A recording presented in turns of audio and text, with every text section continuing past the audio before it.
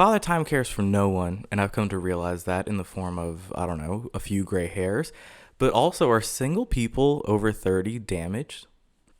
Roll the intro. I got problems on problems on problems on problems on problems on problems I solve them. I run through the money, the pressure be calling. Left on my blessings, I feel like I'm falling. The birdie is back, tell me I'm garbage. I'm going through something, that's why I ain't calling. Phone and progression is all that I wanted. The phone and affection, I summon and dub it. Cause I got problems on problems on problems on problems on problems on problems I solve them. I run through the Welcome back to another episode of the Problems on Problems podcast. I am your host, Mike Santi, and this week we got a lot. We got like Olivia Munn's baby, Blue's Clues, me getting old. I don't know how any of those are related, but we're still gonna do the thing, and we'll go from there. We'll see what happens.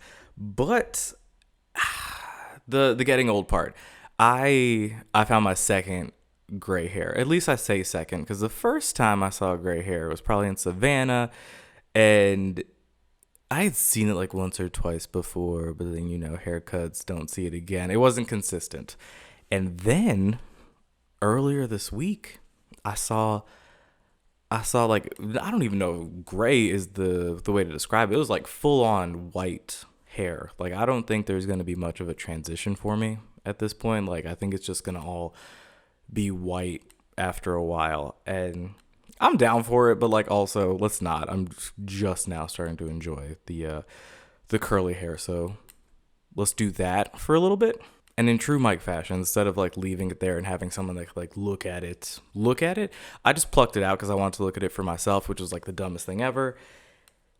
And now there's no more gray hair, at least for now, which is kind of upsetting because I'm like, it was my only one, and now it's gone. So don't really know how to feel about that. But it led me down this whole nostalgia and this like rabbit hole of the intricacies of my own mortality and getting older, which I didn't think I cared as much about it until now, and I just don't know how to process that right now. I don't have enough time. We're in the middle of a pandemic.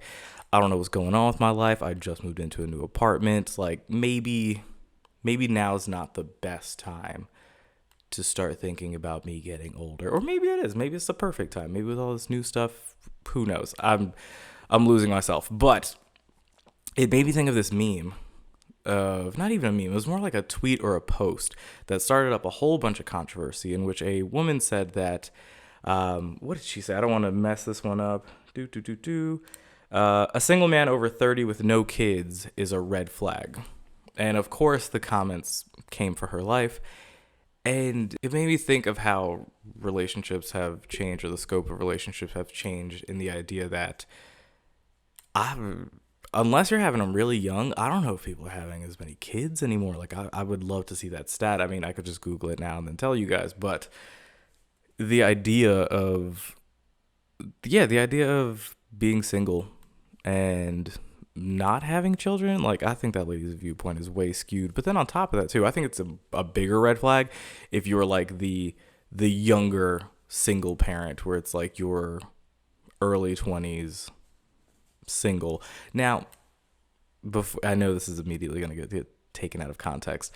I'm not saying that you having your kids at any point in time is a bad thing. I'm just saying, if we're talking comparatively, if, like, I get it, your body has a clock and all that stuff, but like, maybe we don't focus so much on whether or not someone has kids. And I mean, at this rate, like, you're more likely once you hit your 30s, who knows?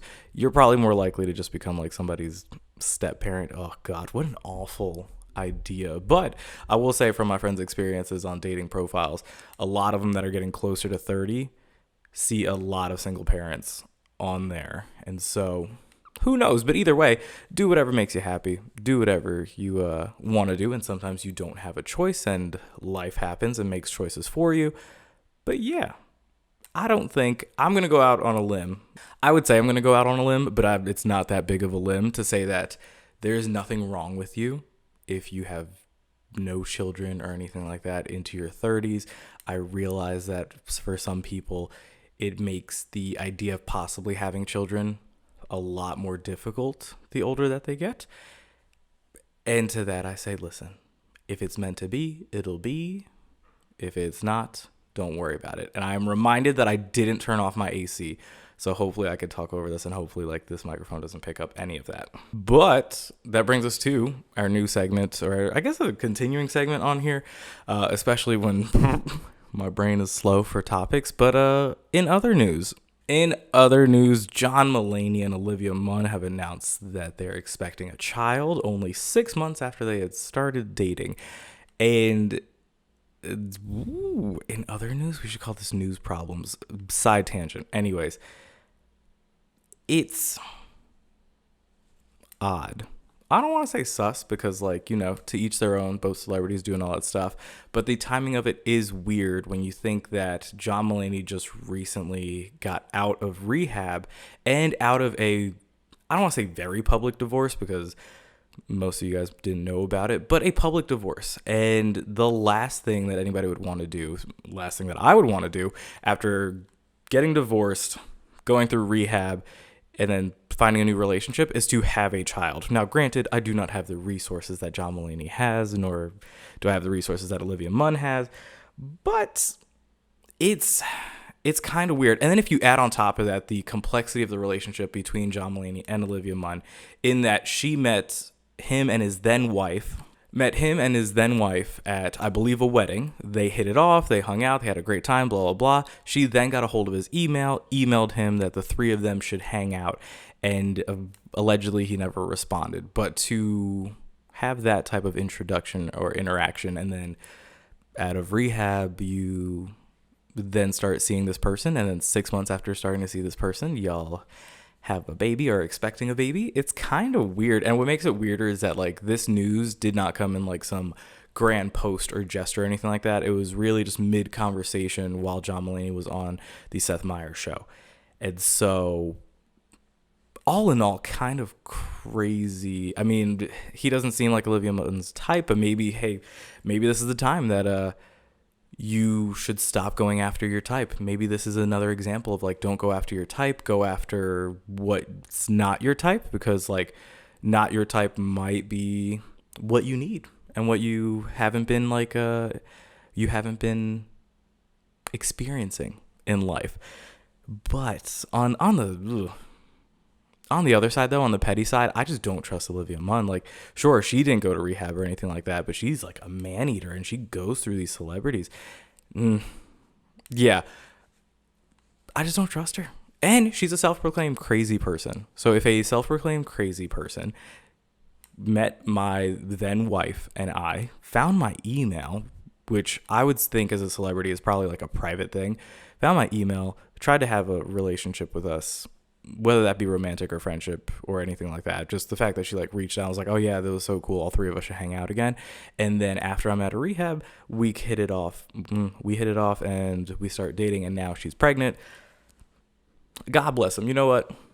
Good luck to him. Do your thing. Do whatever makes you happy. We got enough problems in the world where we don't need you guys thinking about not enjoying your lives with each other. And who knows, maybe this child comes out and has a great childhood with two parents that love each other and make things work. Even if you guys end up not loving each other, who knows?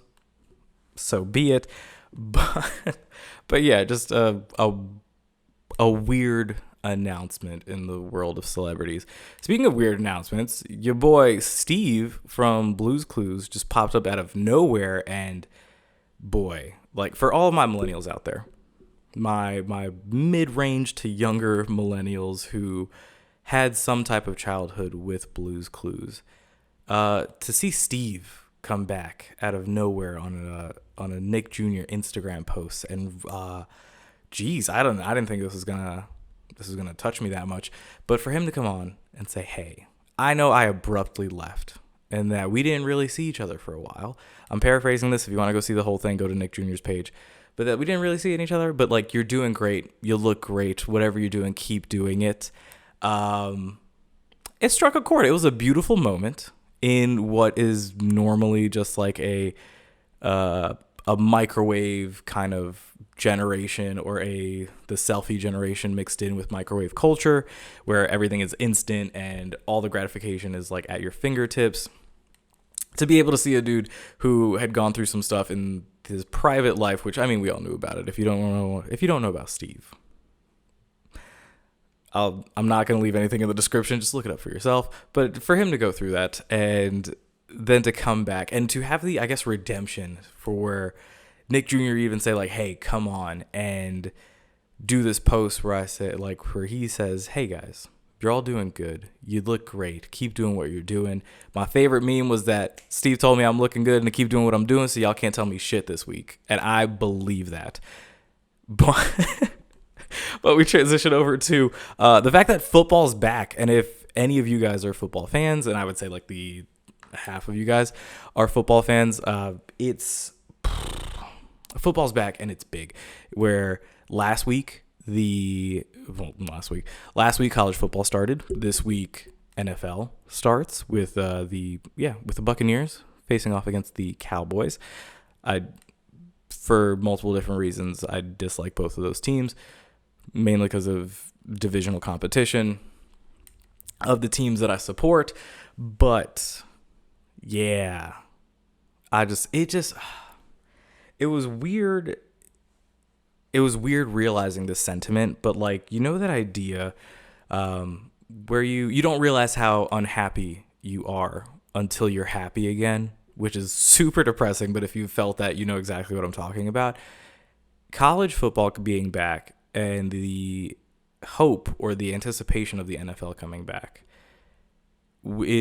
it made me realize how shitty last year was, how awful 2020 was. And I'm not saying like we're out of the weeds yet or anything like that, but to have some sense of normalcy or the idea that like there's live sports entertainment back. I'm not saying sports went away or anything like that, but to be able to go to games and to be able to see people at games and fans and crowds. The seismograph near Blacksburg, Virginia went ham when the stadium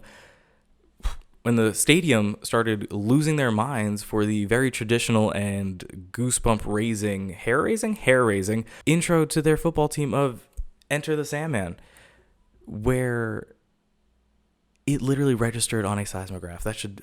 Seismographs measure earthquakes or measure earth movement, tectonic plate movement, but can start to signal for earthquakes. If fans cheering in one city can register on a seismograph, imagine the things we could do, the hope that we can bring to the world. But yeah, so just to have that back is just a thing all on its own. But we'll say, do whatever you want with your live entertainment responsibly. Make sure that you're still out there, at least getting tested, if not getting tested, being responsible about it. Listen, if you can get vaccinated, go get vaccinated. Trust me, stop the spread, that hashtag thing. Do it. It works. But that being said, we'll take a break. We'll reminisce some of our past, and then we'll come back and talk about, honestly, we'll talk about how a small percentage of you guys are heathens. P.O.P. And we're back with the great debate. I don't even know how to start this or anything like that. Last episode, we asked you, how do you wipe? Front to back or back to front? And 74% of you voted for front to back, like a normal, civilized human being. 26% of you. Why? Why would you do that? Like, at what point in time?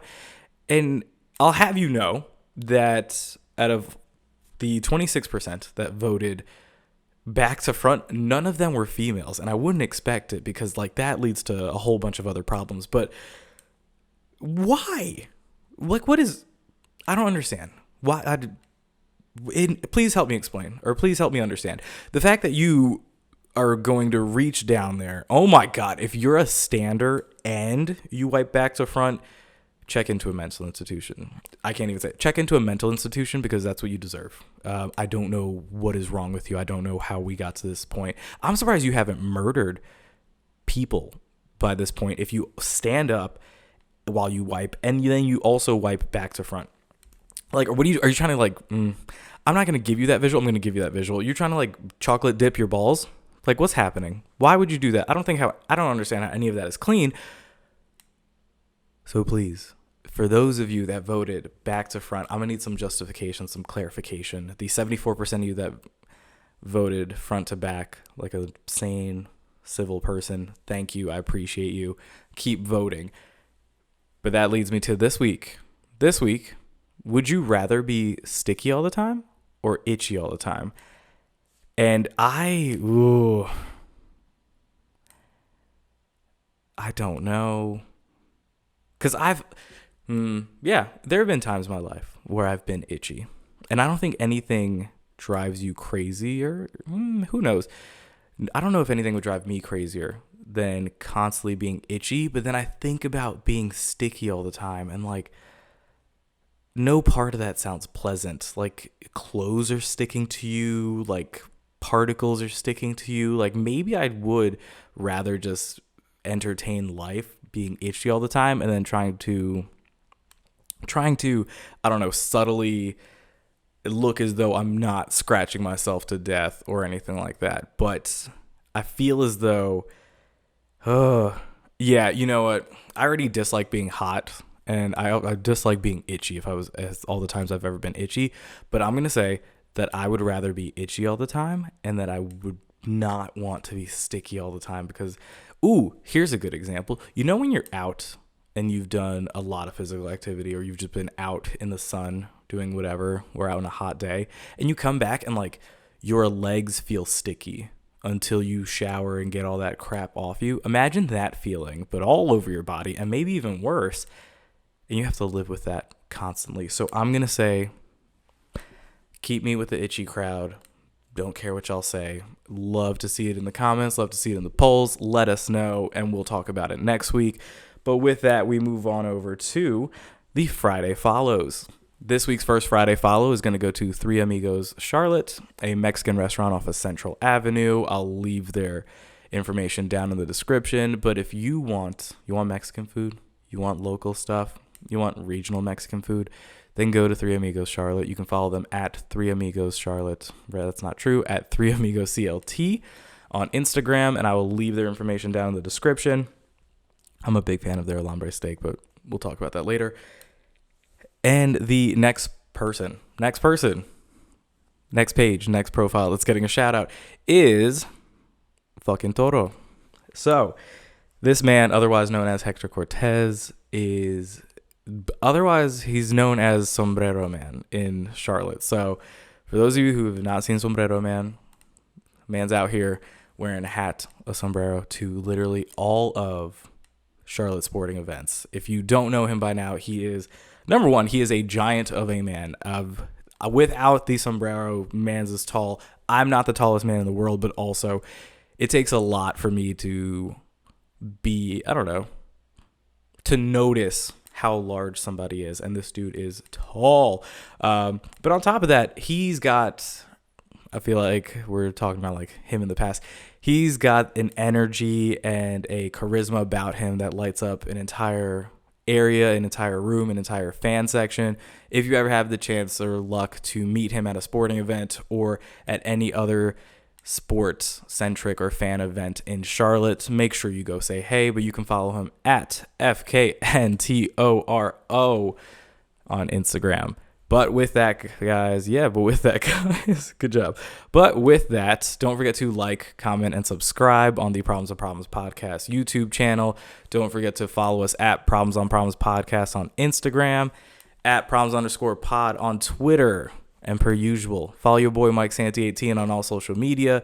But like I always say, guys, if it's not a good time, hope it's a good story. And I will see you next week.